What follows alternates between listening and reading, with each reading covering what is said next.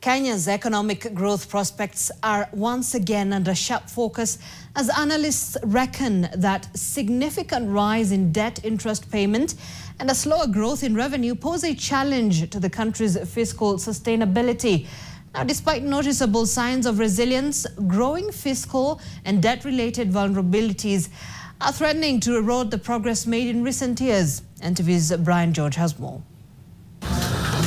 My name is Anthony, and I work in the market. According to the Institute of Public Finance, Eurobonds maturing from 2028 will expose Kenya's recurrent external debt refinancing needs over the next decade, compounding rollover risk and increasing exposure to global interest rates and currency volatility. Large peaks are visible in 2028, 2034, and 2036. Each with $1 billion obligation alongside smaller but still significant maturities in intervening years. Our national debt now has grown to 12 trillion Kenya shillings. Over. It's now, because we borrow every day on average, maybe we are now talking about 12.4 trillion Kenya shillings. A higher figure from the previous times that we talked about debt. And I talked about these figures the other day, which are factual again.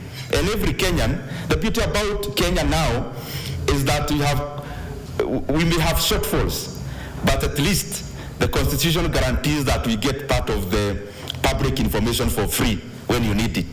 The country's net public debt to GDP ratio currently stands at 64%, above the 55% anchor. It has left limited room for spending on critical sectors as education and healthcare, as interest payments on debt gobble up more than 40% of ordinary revenue. Maybe what we need to do is to take some of the people from the National Treasury for a benchmarking trip to Ghana, and they interact with real people, not the economy. You know, many times you talk about jargons, GDP and the rest. You now go and interact with a pensioner in Ghana.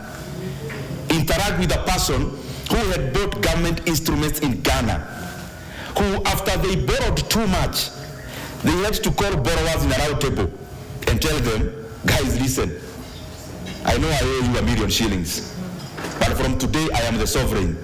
I owe you only 700.